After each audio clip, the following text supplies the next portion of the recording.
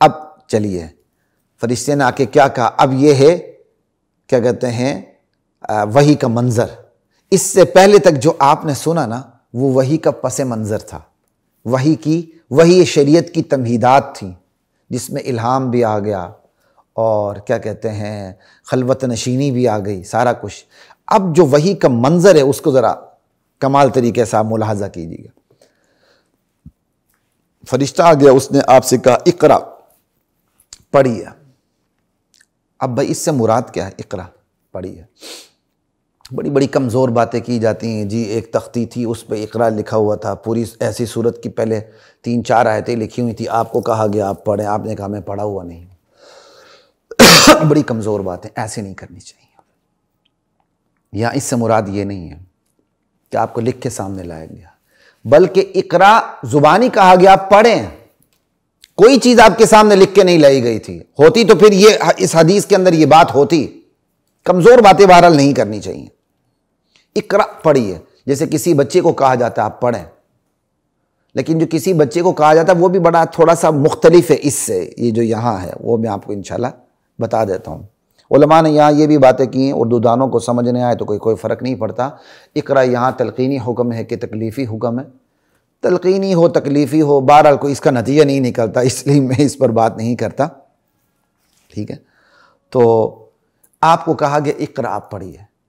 لیکن آپ دیکھیں غار حرا، اس کی تنہائی اور تنہائی کی اپنی ایک ہیبت، اوپر سے فرشتے کا اترنا، ایک الگ مخلوق، ایک اجنبی، اس کی اپنی ایک ہیبت، وحی کی ہیبت، عظمت، جلال جو اللہ کا کلام ہے. انہوں نے تو پورے ایک ہیبت کا، عظمت کا، جلال کا ماحول پیدا کر دیا تھا. نبی علیہ السلام پر خوف کی کیفیت طاری ہو گئی، بے بسی کی کیفیت طاری ہو گئی.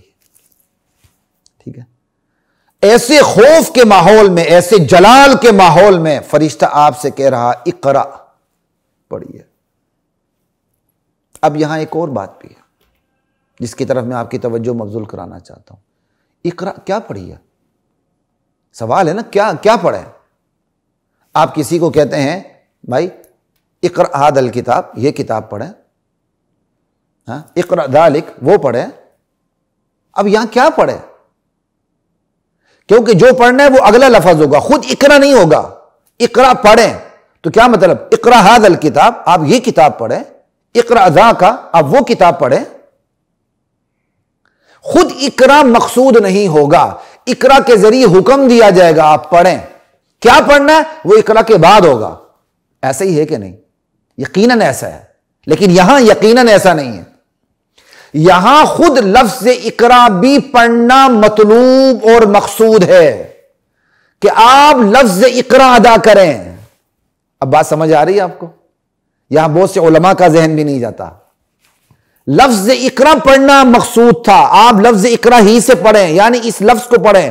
اقرا، اقرا کے لفظ کو پڑھیں آپ. لا الہ الا اللہ. وگر ہم اردو ماحول میں بات کو لیں نا تو بات، بلکہ عربی ماحول میں اقرا بھائی پڑھیں تو کیا پڑھیں؟ اقرا مطلوب نہیں ہوگا، اقرا کے بعد جو ہوگا وہ مطلوب ہوگا. لیکن یہاں ایسا نہیں ہے، یہاں خود لفظ اقرا کو پڑھانا مطلوب تھا. تو پھر تو یہ بھی کہا جا سکتا قل اقرا بسم ربک الذی خلق. آپ کہہ دیں اقرا بسم ربک الذی خلق تو مطلوب ادا ہو جاتا کہ نہیں؟ کتنی کلیئر بات ہے. لیکن نہیں، اس لیے نہیں کہ یہاں یہ خطرہ تھا کہ قل کو بھی وحی کا جز سمجھ لیا جاتا. چونکہ اقرا بسم ربک الذی خلق میں قل نہیں ہے تو فرشتے نے قل نہیں کہا. فرشتے کو جو چیز سونپی گئی تھی اس نے اسی طرح اللہ کے نبی کو پڑھائی. اس سے وحی کی حفاظت کی کمال صورت سامنے آتی ہے. اللہ چاہتے تو اقرا اتارنے کی بجائے قل اعوذ برب الفلق اتار دیتے. وہاں قل بھی ہے، قل اعوذ برب الفلق. اللہ نے ایسا نہیں کیا. یہاں اقرا سے بات شروع ہو رہی ہے، اور بات اللہ نے جبرائیل امین کو جس طرح وہ راز حوالے کیا وحی کا، جبرائیل امین پابند تھے کہ وہ راز اسی طرح اللہ کے نبی کے حوالے کریں. وہ تو میسنجر تھے، قاصد تھے، معلم تو اللہ ہے. ٹھیک ہے، تو اقرا کا لفظ خود مطلوب تھا پڑھانا، تو کہا اقرا۔ اگر اقرا کا لفظ مطلوب تھا تو پھر جبرائیل کو کہنا چاہیے تھا قل اقرا بسم ربک الذی خلق، لیکن جبرائیل قل بھی نہیں کہہ سکتے تھے، اس لیے نہیں کہہ سکتے تھے کہ کہیں نبی قل کو وحی کا لفظ نہ سمجھ لیں، اور جبرائیل امین خود اتنے حساس تھے، خود جبرائیل امین کی اللہ نے اتنی حفاظت کر رکھی تھی اور ایسی نگہبانی کی تھی اور ایسی وزڈم ادا کی تھی کہ جبرائیل امین نے بھی قل نہیں کہا کہ کہیں محمد الرسول اللہ قل کو وحی کا لفظ نہ سمجھ لیں، بلکہ شروع ہی اقرا سے کروایا، اقرا بسم ربک الذی خلق۔ اقرا کے لفظ کو پڑھنا بھی مطلوب اور مقصود تھا۔ مجھے امید ہے کہ آپ کو یہ بات سمجھ میں آ گئی ہوگی۔ لا الہ الا اللہ۔ ٹھیک ہے، ایک تو یہ بات ہو گئی کہ اقرا کا لفظ خود مطلوب ہے پڑھانا، لفظ اقرا، اور اس سے پہلے قل اس لیے نہیں کہا کہ کہیں قل کو وحی کا لفظ جز سمجھ نہ لیا جائے۔ بات مکمل ہو گئی۔ اب جو یہاں یہ کہا جاتا ہے، جو میں نے آپ کو بات کی تھی کہ بھائی تختی کی صورت میں صورت لکھی ہوئی تھی، بڑے خطیب مزے لے کر بیان کرتے ہیں کہ جی یہ لکھی ہوئی، تو آپ کو کہا گیا پڑھو، تو آپ نے کہا میں تو پڑھا ہوا نہیں ہوں۔ یہ کہاں لکھا ہے کوئی ایسی چیز لکھی ہوئی تھی؟ کہیں بھی کسی مضبوط روایت میں ایسی بات کہیں بھی نہیں ہے، بلکہ آپ کی زبان سے یہ ادائیگی کروانا مقصود تھا کہ آپ پڑھیں، وحی کی ادائیگی کروانا آپ کی زبان سے، زبانی، جیسے بندہ بچے کو تلقین کرتا ہے، بچے کے ذریعے کوئی بات بلواتا ہے، بچہ یہ بولو، تو اسی طرح اللہ کے نبی سے یہ بات بلوانا، یہ بات زبان سے ادا کروانا مقصود تھا۔ لا الہ الا اللہ واللہ اکبر۔ ٹھیک ہے، اب یہاں کوئی چیز لکھی ہوئی نہیں تھی۔ جب کوئی چیز لکھی نہیں تھی تو اللہ کے نبی نے پھر کیسے فرما دیا کہ ما انا بقاری، میں پڑھا ہوا نہیں ہوں؟ یہ ما انا بقاری سے بہت سے لوگوں کو غلط فہمی لگی کہ وہ کہتے ہیں لکھی ہوئی چیز تھی اس لیے آپ نے فرمایا، ورنہ پڑھ تو آپ سکتے تھے۔ نامعلہ لکھا ہوا تھا اس لیے آپ نے فرمایا میں پڑھا ہوا نہیں ہوں، میں پڑھ نہیں سکتا۔ وگرنہ بلوانا، روز مرہ آپ 40 سال تک گفتگو کرتے رہے ہیں تو آپ اقرا کیوں نہیں کہہ سکتے تھے؟ کہہ سکتے تھے۔ اس کا مطلب لکھی ہوئی چیز تھی جس کی وجہ سے آپ نے کہا کہ میں پڑھ نہیں سکتا، کیونکہ میں پڑھا ہوا نہیں تو میں لکھی ہوئی چیز پڑھ نہیں سکتا۔ نہیں، یہ بالکل غلط مطلب ہے، یہ بالکل کیا کہتے ہیں مرجو باتیں ہیں، بہت کمزور چیزیں ہیں۔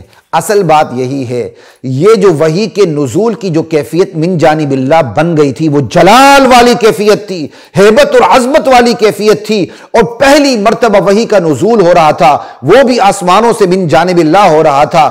وحی کے ساتھ آپ کی ایک مناسبت بھی نہیں تھی، اور آپ کو پتہ بھی نہیں تھا کہ آپ نے نبی بننا ہے، یہ تو آپ پر وحی نازل ہو گئی۔ یہاں تو فجاءہ الحق ہے نا، ایک روایت ہے فجیعہ الحق، دفعتن کیا کہتے ہیں، فجاءہ الملک کا لفظ ہے، ٹھیک ہے، ایک لفظ ہے فجیعہ، ٹھیک ہے، اچانک آ گیا، حق اچانک آ گیا آپ کے پاس، کیا کہتے ہیں فجیعہ الحق، حق اچانک آ گیا، یعنی آپ کو پتہ بھی نہیں تھا کہ آپ نے نبی بننا ہے، حق آ گیا آپ کے پاس، ٹھیک ہے۔ وہ ایک ایسا جلال والا ماحول بنا ہوا تھا کہ آپ کے اندر سکت نہیں رہی۔ آپ نے کہا ما انا بقارین، اب میں اردو میں آپ کو سمجھانے لگا ہوں، مجھ سے پڑھا نہیں جا رہا۔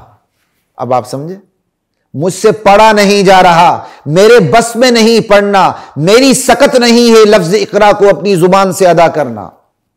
یہ مطلب ہے، یہ مقصود ہے اصل میں، جو آپ پر ایک ہیبت طاری ہو گئی تھی۔ اب آپ اندازہ کر لیں، اللہ کے نبی یہ کہہ رہے ہیں ما انا بقارئین، یہ کہہ سکتے ہیں، اقرا نہیں کہہ سکتے۔ آپ کچھ سوچ رہے ہیں؟ یعنی اللہ کے نبی ما انا بقارئین کا لفظ اپنی زبان مبارک سے ادا تو کر رہے ہیں، لیکن اقرا ادا نہیں ہو رہا۔ کیا ڈیفرنس ہے؟ ما انا بقارئین وہی نہیں ہے، آپ کے اپنے الفاظ ہیں جو آج جس سے آپ اپنی بے بسی ظاہر فرما رہے ہیں کہ مجھ سے پڑھا نہیں جا رہا، جبکہ اقرا وہی مطلوب ہے، اس کے اندر ایک کمال کی جلالت، ہیبت، قدرت اور عظمت ہے جس کی وجہ سے آپ سے وہ سادہ سا لفظ ادا نہیں ہو رہا تھا۔ اگر اس کی میں مثال دینا چاہوں تو علماء اس کو اچھی طرح سمجھیں گے۔ ایک عام عربی کا کوئی لفظ ہوتا ہے، کوئی آ کے ویسے ہی آپ سے میننگ پوچھ لیتا ہے کہ حضرت مفتی صاحب مولانا یہ عربی کا لفظ ہے، اس کے کیا مطلب ہے، آپ بے جھجک اس عربی کا لفظ کا مطلب بتا دیتے ہیں یہ مطلب ہے. لیکن وہی لفظ قرآن کے اندر ہو، وہ پوچھے جی قرآن میں یہ لفظ آئے، آپ اس کا کیا مطلب ہے، یکدم آپ پر ایک ہیبت طاری ہو جاتی ہے. وہ یقینی معنی جو آپ جانتے ہیں اس کے اندر شک آنا شروع ہو جاتا ہے، کہیں وہ غلط نہ ہو جائے. آپ کہتے ہیں یار اچھا مجھے تحقیق کرنے دو، میں پھر بتاتا ہوں. حالانکہ اندر وہ معنی آپ کو پتہ ہوتا ہے اس کا یہی مطلب ہے، لیکن اس کی وجہ سے آپ ڈر گئے ہوتے ہیں کہیں غلط نہ ہو جائے. یہ میں نے آپ کو ہیبت سمجھانے کے لیے چھوٹی سی مثال دی ہے. اسی طرح میں نے کسی زمانہ طالب علمی میں غالباً یا بعد میں نے امام اسماعی کے متعلق ایک بات پڑھی تھی. لغت کے بہت بڑے امام تھے. جب ان سے قرآن کا کوئی لفظ پوچھنے آتا اس کا لغوی معنی کیا، اس کا معنی کیا، کہتے تھے لغت میں اس کا معنی یہ ہے، لیکن کہ نص کے اندر اس کا معنی نص کے اندر جو معنی آیا قرآن کے اندر، اس کا اب معنی کیا ہے جا کے مفسر سے پوچھیں، کمی بیشی معاف اللہ معاف فرمائے. اس قسم کی بات تھی. یعنی امام اسماعی لغت کے امام وہ بھی ڈر جاتے تھے کہ قرآن کے اندر اس کے معنی میننگ کیا ہے، کیونکہ ایک لفظ کے کئی مطلب بھی ہوتے ہیں، سیاق و سباق سے الگ ہو جاتے ہیں.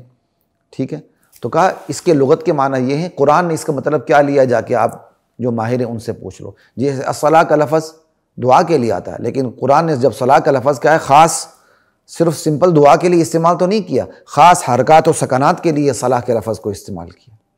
تو خیر یہاں صرف میں اتنی سی بتا رہا تھا کہ وحی کا جلال، اس کی ہیبت ہے، اس کا نقشہ، پھر جبرائیل امین کا آنا، پھر غار حرا کا نقشہ، ان تمام چیزوں سے نے مل کر اور پھر اللہ کی وحی کی جو اپنی عظمت ہے اتنی ہیبت پیدا کر دی تھی کہ آپ سے پڑھا نہیں جا رہا تھا. یہاں تک کہ آپ ما انا بقارئ کہہ سکتے تھے لیکن اقرا نہیں کہہ سکتے تھے. یہ وحی کی عظمت تھی. لا الہ الا اللہ. اس سے نبی کی سچائی بھی ظاہر ہوتی ہے کہ نبی نے اپنی من سے کچھ بھی نہیں کیا، اپنی مرضی سے کچھ بھی نہیں کیا. جو کچھ ہوا مومن جانب اللہ ہوا. خیر ما انا بقارئ پہ اتنی بات کافی ہے. یہ ما نافیہ ہی ہے بس، زیادہ اس پہ ہم بات نہیں کریں گے، پھر وہ ذرا بات ویسے لمبی ہو جاتی ہے.